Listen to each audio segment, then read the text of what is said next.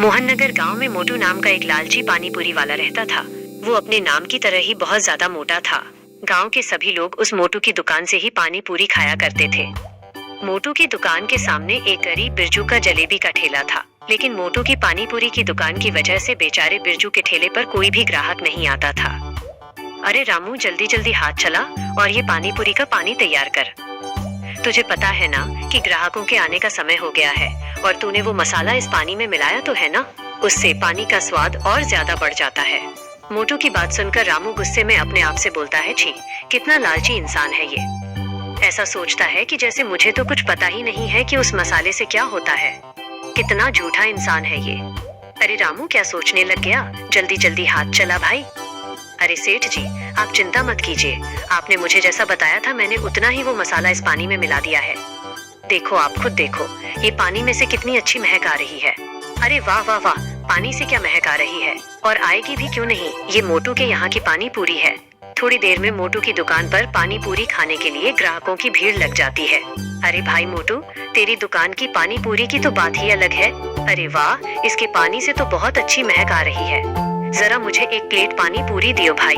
हाँ भाई, क्यों नहीं, अभी देता हूँ, रुको। ये मोटू के यहाँ की पानी पूरी है, ऐसा पानी पूरी तुम्हें कहीं और नहीं मिलेगा।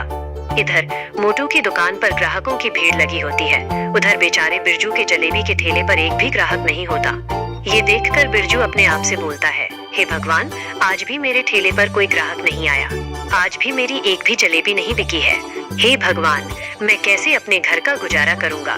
न जाने ये मोटू अपने पानी पूरी में ऐसा क्या मिलाता है जिससे इनकी दुकान पर ग्राहकों की भीड़ लगी रहती है, और मैं इतनी मेहनत से ये जलेबी बनाता हूँ और कोई भी मेरी ये जलेबी खाने नहीं आता। अरे वाह वाह वाह, आज भी बहुत ज्यादा कमाई हो गई। हे भगवान, आपकी कृपा मुझ पर ऐसे ही बनी रहे। अरे है ना रामू, मैं सही कह रहा हूँ ना? हाँ सेठ जी, अगर ऐसे ही रोज कमाई होती रही तो आप बहुत ही जल्दी इस पूरे गांव में सबसे ज्यादा अमीर इंसान बन जाओगे। हाँ, और इससे मेरी तिजोरी भी पैसों से भरी रहेगी। हाँ सेठ जी, वो तो है। अरे सेठ जी, मुझे आपसे कुछ कहना था।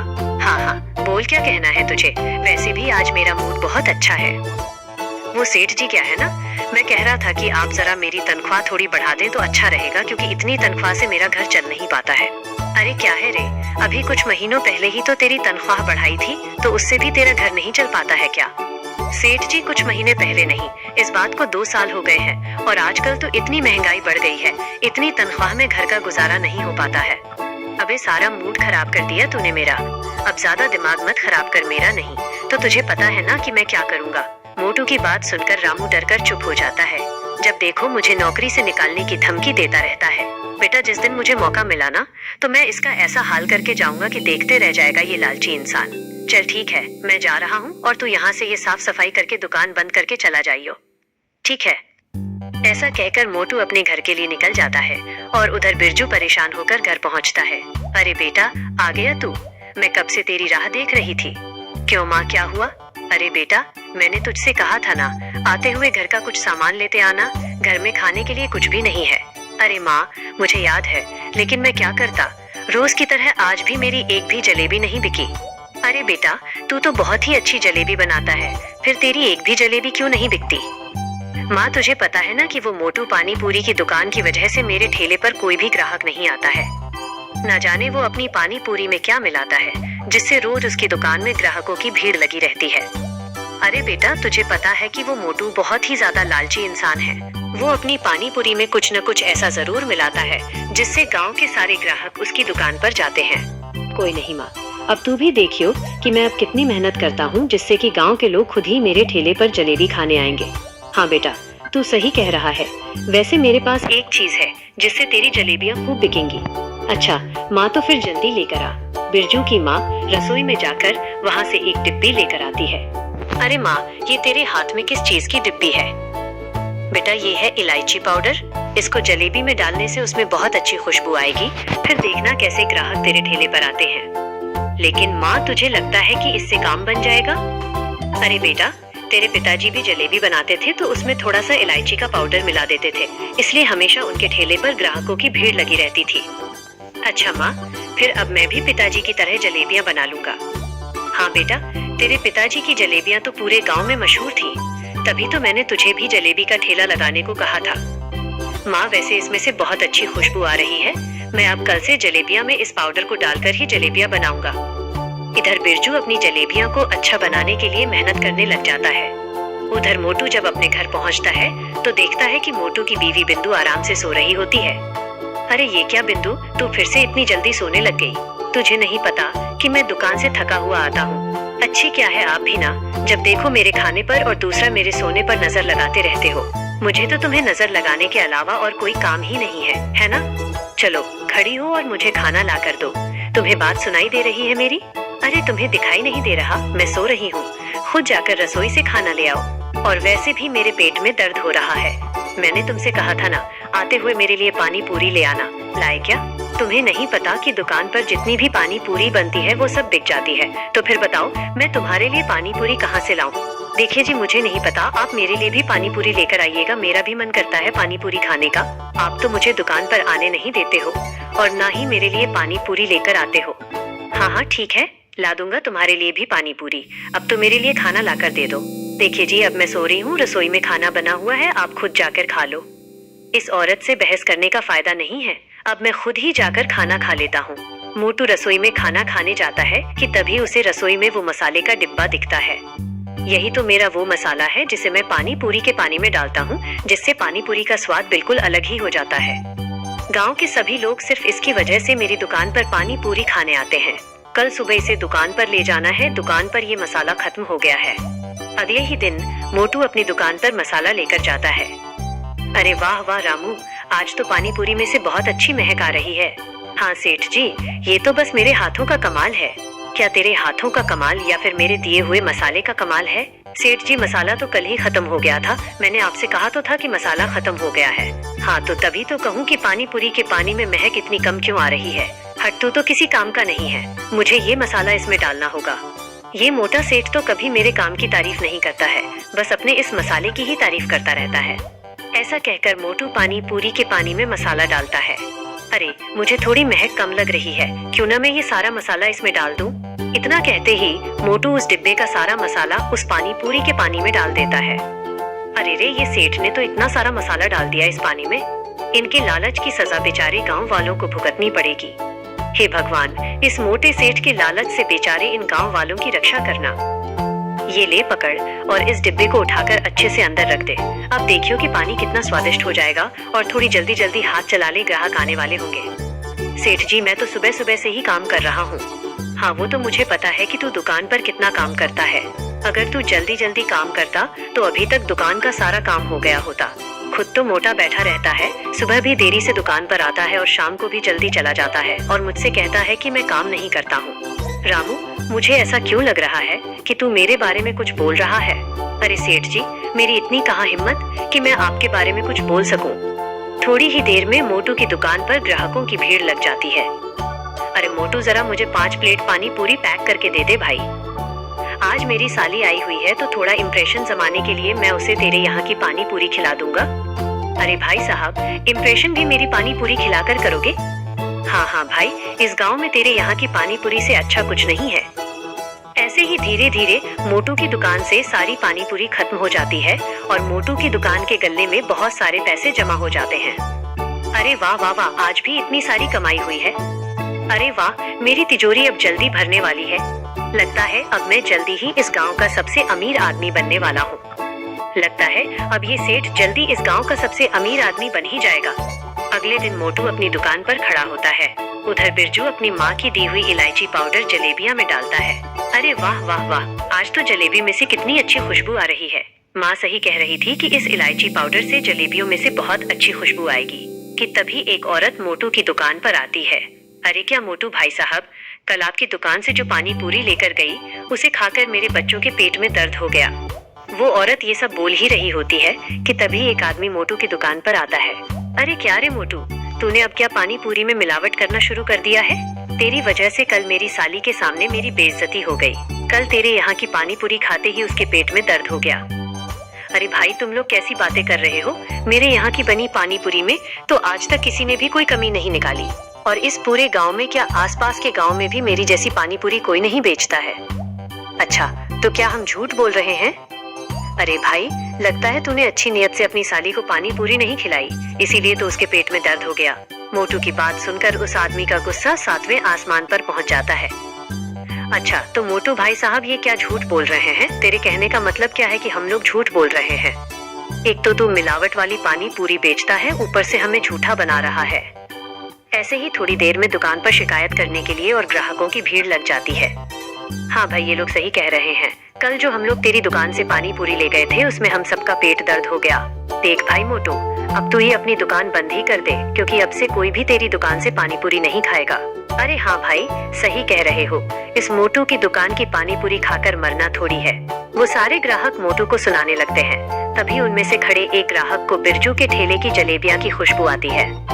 अरे वाह वाह, ये खुशबू कितनी अच्छी आ रही है। अरे भाई, ये मेरी पानी पूरी के पानी की खुशबू आ रही है। अबे नहीं बे, ये खुशबू तेरी दुकान से नहीं आ रही है, बल्कि ये तो जलेबियाँ की खुशबू आ रही है। अरे ये खुशबू तो बिरजू के ठेले की जलेबियाँ से आ रही है। सारे ग्राहक मोटू की दुकान छोड़कर बिरजू के ठेले पर जलेबियाँ खाने चले जाते हैं। तभी रामू मोटू से बोलता है, अरे सेठ जी देखा, इस बिरजू ने तो आपकी दुकान का काम ही तमाम कर दिया। देखो सभी ग्राहक कैसे इसकी बनाई हुई स्वादिष्ट जलेबियाँ खा रहे हैं। तुझे बड़ा पता है कि इसकी जलेबियाँ स्वादिष्ट है। अरे सेठ जी, खुशबू इतनी अच्छी है तो मुझे लगा कि स्वादिष्ट ही होगी। लगता है इस बिरजू को तो सबक सिखाना पड़ेगा। मोटू से पंगा लेकर इस बिरजू ने अच्छा नहीं किया। मैं इस बिरजू को यहाँ टिकने नहीं दूंगा। इसने मेरे ग्राहकों को मुझसे छीना है। मैं अब इसे नहीं छोड़ूंगा। अरे माँ कहाँ गई? बाहर आ देख। अरे क्या हुआ बेटा, तू आज इतना खुश क्यों है? बिरजू ठेले से कमाए वो सारे पैसे अपनी माँ को दे देता है। अरे वाह बेटा, इतने सारे पैसे? हाँ माँ, ये सारे पैसे आज मैंने जलेबियाँ बेचकर कमाए हैं। लेकिन माँ, अगर तू मुझे वो इलायची का पाउडर नहीं देती तो शायद मैं आज भी एक भी जलेबी नहीं बेच पाता। यह सब तेरी वजह से हुआ है माँ। अरे बेटा, ये सब मेरे नहीं, तेरे पिताजी के नुस्खे की वजह से हुआ है। वो भी तो ऐसे ही जलेबियाँ बनाते थे। और बेटा, जितना उस इलायची पाउडर का कमाल है ना, उतना उसमें तेरी मेहनत भी है। माँ, मैं अब कल से और ज्यादा मेहनत करूँगा, जिससे मेरी बनाई जलेबी भी पूरे गाँव में फेमस हो जाए। इधर बिरजू अपनी मेहनत की कमाई को देखकर खुश हो रहा था, तो उधर मोटू बिरजू से बदला लेने के लिए वैद्य के पास जाता है। अरे वैद्य जी, मुझे ऐसी कोई चीज चाहिए जिससे किसी चीज में मिलाकर खिला दो तो उसके पेट में दर्द हो जाए। रोक भी देता हूँ। और ये बता, जो तू वो मसाला ले गया था, उससे तेरा काम हो रहा है या नहीं? काम तो बहुत अच्छे से हो रहा था, लेकिन पता नहीं 1-2 दिन से उसे खाकर लोगों के पेट में दर्द हो रहा है। अच्छा, तो इसका मतलब मैंने तुझे जितना बताया था, तूने उससे ज्यादा ही वो मसाले का इस्तेमाल किया है, जिस वजह से लोगों के पेट में दर्द हो रहा है। वैद्य जी, 2-3 दिन से मेरा धंधा चौपट हो रहा है। कोई भी मेरी दुकान पर पानी पूरी खाने नहीं आ रहा है। ले, ये ले, इसे तू थोड़ा सा ही खाने में मिला और तुरंत इसका कमाल देख। लेकिन अगर तूने इसकी मात्रा ज्यादा बढ़ा दी तो जान भी जा सकती है। वैद्य जी, अब चिंता मत करो, आपने जितना बताया है उतना ही इसे मिलाऊंगा। देख, मेरे दिए हुए मसाले से तेरा बहुत फायदा हुआ है ना, तो तुझे ये सब फायदा मैंने ही करवाया है, तो तुझे मुझे भी तो कुछ फायदा करवाना होगा, जिससे मैं भी खुश रहूं और तू भी। हाँ वैद्य जी, अगर इससे मेरा काम हो गया तो मैं तुम्हें बहुत खुश कर दूंगा। लेकिन मोटू, तुझे मेरी बात याद है ना कि ये मसाला तुम या अपनी फैमिली में से किसी को भी मत खाने देना। हाँ वैद्य जी, मुझे याद है कि आपने बताया था कि इस मसाले के साइड इफेक्ट हो सकते हैं। इसे खाकर पेट दर्द, सिर दर्द, उल्टियाँ और इससे बड़ी बीमारियां भी हो सकती हैं। हाँ, मेरी इस बात को तुम हमेशा याद रखना। ऐसा कहकर मोटू वहाँ से अपने घर चला जाता है। अरे बिंदु, जरा ये डिब्बी को संभाल कर रख दो। मैं अभी सोने जा रहा हूँ तो सुबह मुझे याद से डिब्बी दे देना। लेकिन एजी, आखिर इस डिब्बी में ऐसा है क्या? अरे इसमें ऐसी चीज है जिसे किसी चीज में मिला दो तो उसका स्वाद ही बदल जाता है। अच्छा जी, अगर ऐसा है तो आप थोड़ा सा मुझे दे सकते हो, मैं भी खाने में इसे डालकर खा के देखूंगी। नहीं, तुम इसका इस्तेमाल मत करना, ये तुम्हारे लिए नहीं है। इसे संभाल कर रखना बहुत महंगा है ये। जब मैं सुबह जाऊंगा तो मुझे याद से दे देना। ऐसा कहकर मोटू सोने चला जाता है। तभी बिंदु बोलती है, तुम्हारे कहने से क्या होता है?